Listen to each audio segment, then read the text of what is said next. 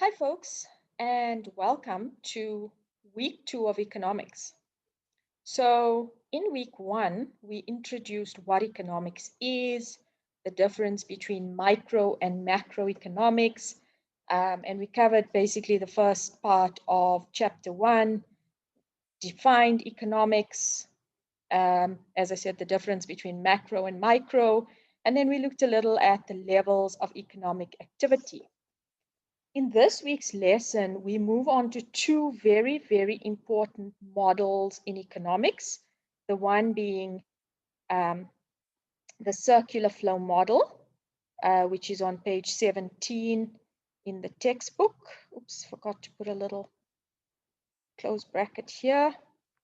And then the other model being very, very important as the fundamentals of economics is the PPF, or production possibility frontier. Some textbooks will also refer to this as PPC, production possibility curve. It is exactly the same thing. So, if you're reading up other texts, if you're doing some Googling, etc., and you see PPC, it's exactly the same as PPF. Okay, so if we refer to page 16 onwards in the textbook, we see this sort of a diagram.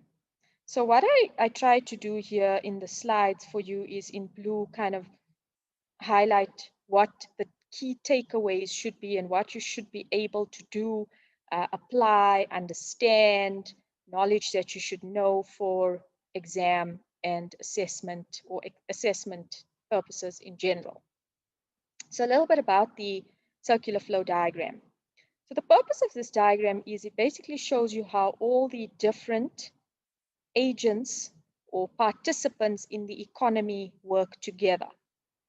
So I'm a member of a household. So a household is defined as any number of people, even if it's just one person, that share a dwelling unit.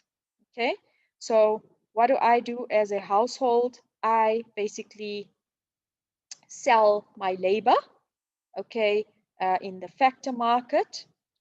So my labor is I sell my skills. In turn, I sell it to a business, Boston Media House in this particular case. I earn some money. I then take that money and I go to the goods market. And I have just purchased myself my dinner from Woolworths. As you guys get to know me, you'll know I'm a great fan of Woolworths Foods. As a very busy person, I consult in different places and I work at different institutions. I seldom have time or the energy to make my own meals, so I spend a lot of money at Woolworths buying my meals. Okay, so there, as a member of a household, I sold my labor to a business. That business pays me money. I go to the goods market and I purchase what I want. Where does the government sit in the middle of all of this? Because next week is the budget speech. We will know just exactly how much businesses will be taxed, whether the corporate tax rate is going to increase from the current 28%, and also as households, how much tax we're going to be paying on our income, on VAT, on the fuel levy, for those of you who drink and smoke, I don't, on sin taxes. Okay, so basically, this model tells us about how the actors or participants in an economy work together. So businesses, for example, like Woolworths, prepare goods, which I buy. It can be clothing, it can be food, it can be, items, accessories for my home, etc.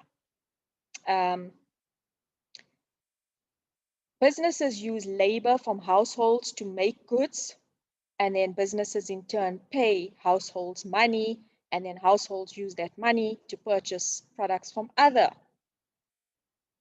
businesses. And it's not only goods that are purchased. Today, you are a registered student at Boston Media House. We are providing you with a service. Education is a service. Now, what do we mean by the foreign sector? So the foreign sector talks about imports and exports.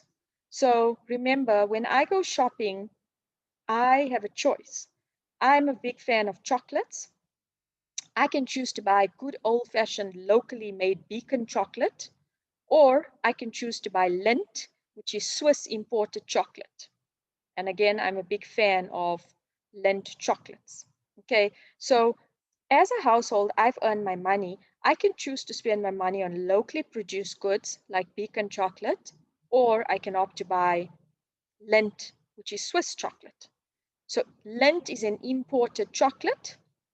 And then remember, South Africa also exports lots of products. So we are great exporters of gold, platinum, coal, and then we also are big exporters of fresh produce. So our fresh produce goes to countries where they don't have the climate to produce the beautiful fruits and vegetables that we are able to produce. Okay, then another participant. So these big circles, the financial institutions, businesses, foreign sector, households, and government are what we call the 5 main participants in the economy. So what is the role of financial institutions in an economy? So their role essentially is to basically act as, for example, a bank is a financial institution which acts as a lender to households. So as a household, I can go to a bank and ask for a loan to say, I need to buy a car. Please give me a loan. A business can go to the bank and ask for a loan and say, well, we'd like to expand our business. Please give us a loan. Now, how do financial institutions work? They work by channeling savings and borrowings. If this is not clear enough for you in my slide, I have referred you to the page number in the textbook. Financial institutions essentially channel savings and borrowings between households and firms. So some households, I'm one of those households, I like to save money every month. So my financial training and my financial background has taught me that I must always save for a rainy day. So what do I do with my savings? I invest it at a financial institution. That financial institution uses my savings to then borrow money to other households or businesses which need loans. Okay, so I've also included at the end of the slide set on slide 4 a link to a very useful video which also explains the circular flow. What do you have to know? You must be able to list the participants, and just the way I've explained, you have to be able to explain to me basically what is the role of households, what is the role of government, what is the role of business in the circular flow. How do households and the government interact? How do households and businesses interact? So for example, households sell their labor to businesses, businesses buy labor from households. So I would suggest you kind of make some notes for yourself as you work through this particular recording as well as the textbook, and jot down answers to ensure that you can A and B statements that I've put there. Okay, right, then the next very important model in economics is one which we economists use to illustrate the concept of scarcity. So as you would remember from the beginning of chapter 1, we briefly touched on the concept of scarcity, saying that scarcity is a situation where there is never enough of anything for all those who want it. Okay, so we basically use a simple model here called the PPF. And here we look at units of what we've called Y here and X. So we can even change this and we can say, a particular country has, in a simplification, we can make assumptions that a particular farmer has to choose between the production of oranges and lemons. So this PPF has this shape because more of one thing means less of another. So if you look at this carefully, you can see that as the farmer tries to produce, we said Y we can call oranges, as he tries to increase the production of oranges from as he tries to increase the production of oranges, if you look on here, from 2 to 3 to 4 to 5 to 6, these may be tons or whatever the case may be, he has to give up the production of lemons. Okay, so as he increases the production of oranges, lemon production decreases. And then as we you know, draw a line through all the points, we get this sort of a what we call a concave shape. So the purpose of the PPF is to show that there is a trade-off. More of one thing means less of another. Now, a more applicable example and maybe less arbitrary is if you had to plot leisure versus work.